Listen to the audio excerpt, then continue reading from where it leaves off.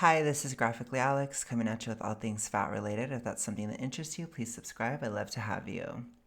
So today I want to go ahead and cover a video where More Than Tracy T basically says it's one of her things of people only lose weight to find love kind of thing. Like she says here, I guess you just have to wholeheartedly agree that your fat self was unworthy of love to post this kind of thing. So let's go ahead and hear what she has to say. I just saw this Facebook reel that feels really relevant to what I've been talking about the last couple of days on here with people about being fat and having crushes. And it was this weight loss transformation post. And the before picture was this girl when she was fat. And the caption is, "Oh, she's cool. She's just not my type." Then it juxtaposes with the transformation. And I'm just like, whoa. I just don't understand how that doesn't bother people. How does it not bother you to know that all the attention you get after weight loss is contingent on you looking a certain way? Okay, so what I will say is that for me personally, I never think of it this way, ever. I just, like I said, I'm in a post toxic ritualistic mindset. I don't think about stuff solely based upon looks. I think it's really superficial. I don't blame people for being that way when they're younger, but I just think it's more than that. For sure. I mean, I do think that looks matter and whatever. I'm not saying that, but I'm saying that when it comes to the issue of losing weight, do I think that all the attention would be from the weight loss itself? No, I don't. I don't think that. I don't know why I want to just call her Tracy. I know that that's not her name, but I'm tired and I'm blinking. I don't know why Tracy thinks that there's zero internal change in a significant weight loss. But I would say that some things that come to mind right off the bat are just simple things like having a realistic mindset, being more, I would say, I want to say down to earth in a way, being more into accountability. Those things are kind of attractive to a lot of people just as an attitude, because when you're super morbidly obese, it's very unrealistic to be that size in a lot of different ways. And it usually takes, you know, some very, very difficult concessions at best, and at worst, some absolute delusions. And that's not attractive. And I know that that can be kind of harsh, but again, I'm really tired and I just don't have the ability to filter what I'm saying. So this is just coming out very harsh. But I think that delusion is unattractive. It's kind of scary to people. And so when you finally have a realistic mindset and you understand hey, I'm not going to be able to be super morbidly obese my entire life. This is insane. That's a really big thing. And obviously you have to know that, internalize it, lose the weight, right? And it's a whole thing that goes behind it, typically with a much more realistic perspective. I know that that's harsh, but that I can't deny that that's probably a huge part of it, because it's not just about the looks side. I do think that that does exist, but especially if it's somebody who saw you and then they change their mind later, these kind of things, I think there's a lot of mental health stuff involved in that. There's a lot of mental stuff involved, especially if they know you prior. So I don't think I would view it that way. I wouldn't view it just as my appearance. I would view it more so that my appearance changed so much due to a mental health issue that has been resolved. So my appearance is going back to what it should have been the whole time. I don't think that that's what she wants to hear. But that's honestly how I would view it. So again, they're always trying to say that the fat you is the real you. But I disagree. I think the more in shape you is the real you. Okay, and that's very hard for someone like her to understand. How do you like then build a life with somebody who has that attitude about your body? Maybe it's just because I've How do you build a life with somebody when you have severe mental health issues involving ingesting things you buy at the grocery store? How do you build a life on that incredibly shaky foundation with somebody? How do you build a life, even just from a practical standpoint, as a super morbidly obese person? How do you do it? Especially if you don't plan on changing it. How do you build a life on that shaky ass foundation? That's my question. Because I tried. I really did. And I can just say things are so much easier now. And I'm not even thin like that.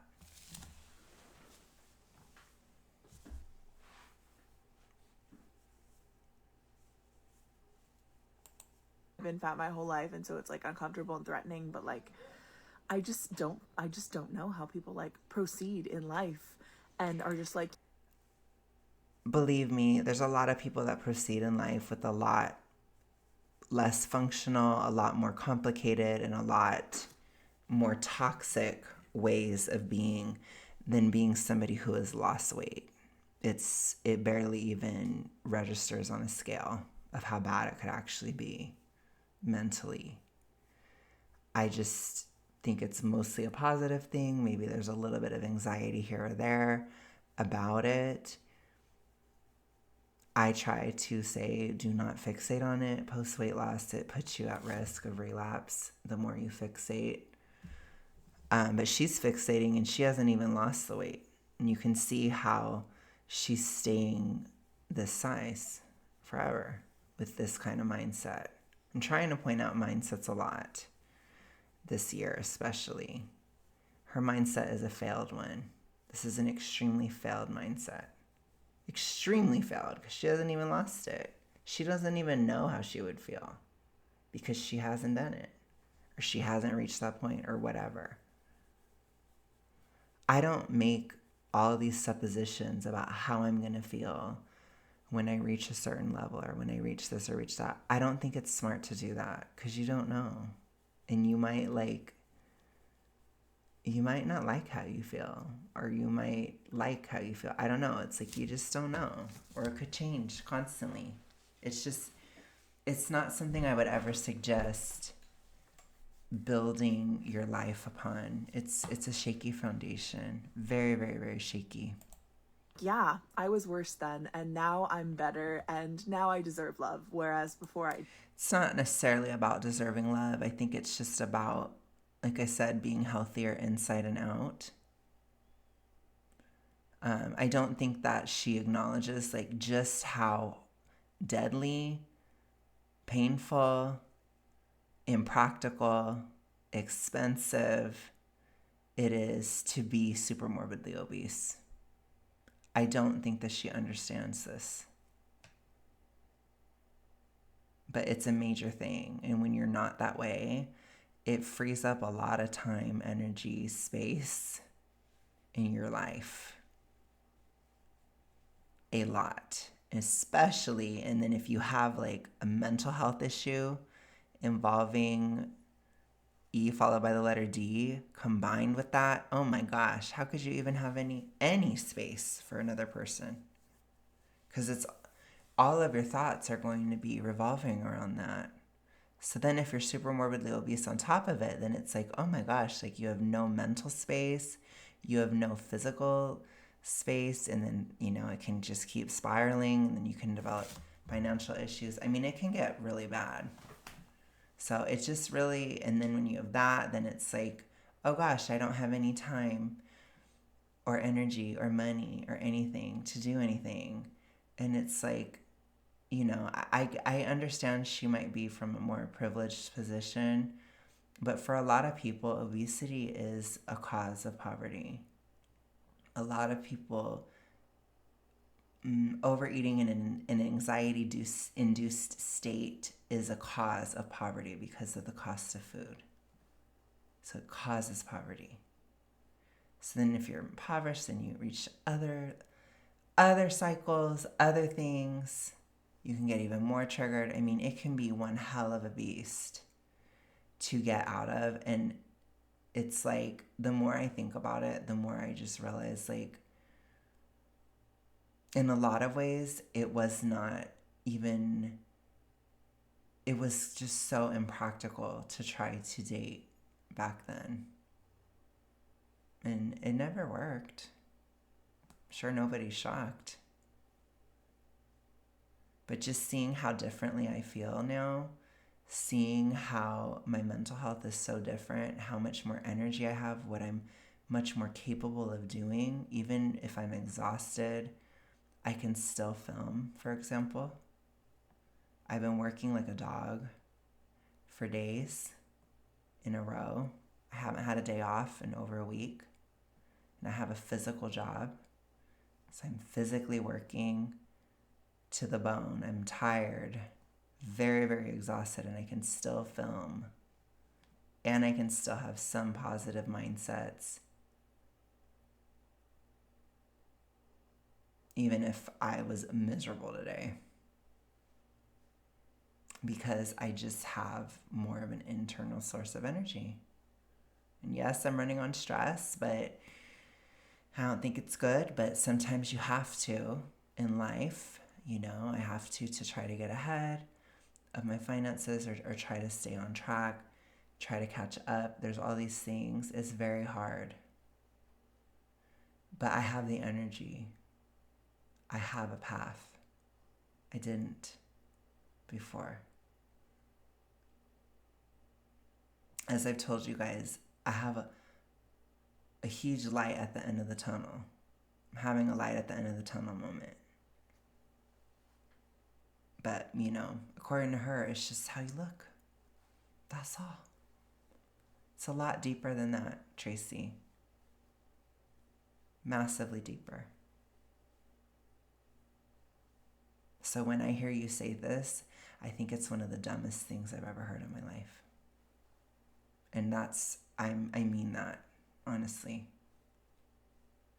I just am amazed at how stupid you can be sometimes. That's how I feel. And like I said, I'm too tired to sugarcoat it. I just am. I'm tired. Sorry, y'all. I didn't. That's wild to me. And it's because I know a lot of people don't feel that way. I have people in my life I've talked to who haven't felt that way. Many people I've spoken to online who don't feel that way. There was this episode of This American Life that dealt with that a few years back that I think about daily. And to see this person literally with her before being like, oh, she's cool, but she's just not my type. And then the after with nothing is just obviously she's your type now. Woo! Also, the implication here is that she lost weight to make people more romantically interested in her. And I don't know. I know people do it. I guess people do it. But something inside of me says that's the last thing I would ever do. Because it feels like you're just begging for someone's approval and being like, let me change my... I would honestly do that just to troll her. I might even do it to troll in the future. To be like, I lost all the weight for romantic success or something. That's just... Oh my gosh. It's so... I would do it to piss her off. I'm sorry, I'm getting to that level now. I might do it now. It might not even be totally true. I might troll post weight loss with that, Tracy. And I hope it triggers you in the future. I hope it pisses you off. Because it's I don't know how else you're how can you avoid waking up so much, so deeply? it's wild. And like I said, I really try to still understand and try to remember, but it's like I'm so far away from it now that I just don't understand it anymore. It's like I don't understand. Like, I spend so many days thinking about how I could be so delusional for such a long time in regard to my past with my toxic ritualistic stuff, with my E followed by the letter D. I really think about it. I think about how I could be that delusional for so long. And it blows my mind. It's disturbing. It's very disturbing to me. And I'm just really glad that I got out, but it really, that's what I think about a lot. And so when I hear her, I think about how delusional she is. And it's disturbing. Because what do you do? What do you do? And I don't have the answers for this part. I don't. You know, you don't want to hear what woke me up. What woke me up was being near death. And it's like, I hope to God that you guys are not as fucked up as I was, and that you can wake up before it gets to that point. But I was very dumb, to put it lightly. Very stubbornly stupid. And I paid dearly. And I just don't know. Like,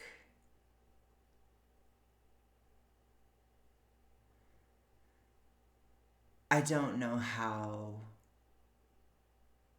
she's not seeing this in my tired brain, anyways. Myself, so you'll please like me, please. Anyway, let me know your thoughts on this. But like, imagine just having the luxury of just losing weight just because you're worried about if other people like you. Like, no shade on anybody who had that as their reason, but it's like, that's a privileged reason. I'm going to say it. That's a reason of privilege. And I'm happy it was never that bad for you. If that's all you've thought about. I'm happy you turned it around before it got that bad. But for me to hear her say this, I just think it's so incredibly stupid, so vapid, so shallow, so tone deaf, so incredibly delusional and stupid.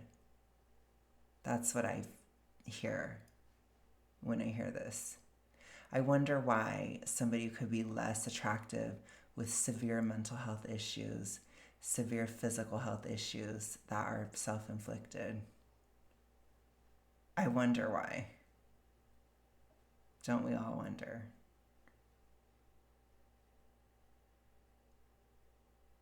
Sometimes in life, things are not a zero-sum game. Sometimes we can all win at the same time. And that's something that my generation could never understand for some reason. And it pisses me off. But sometimes what's good for you is also good for other people. Even if it's just, oh, they get to see a better looking version of you. Guess what? You get to have a much better quality of life. You get to be happier, healthier, or at the very least, where I'm at, you can be more neutral rather than absolutely miserable all the time.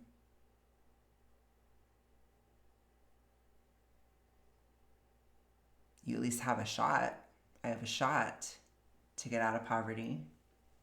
I have a shot for things to work out romantically in my life. I have a shot to continue to get better health-wise. I have a lot of shots. I have a shot to be able to continue to do YouTube. I know it's a lot of work, but those shots, that hope is there. If you want to get out of super morbid obesity, you can. You absolutely can. So anyways, that's my thoughts on this. I'll talk to you guys tomorrow. Hopefully I'll be less tired. I don't know if I will be though. This is going to be tired week on this channel. I will talk to you guys later. Bye.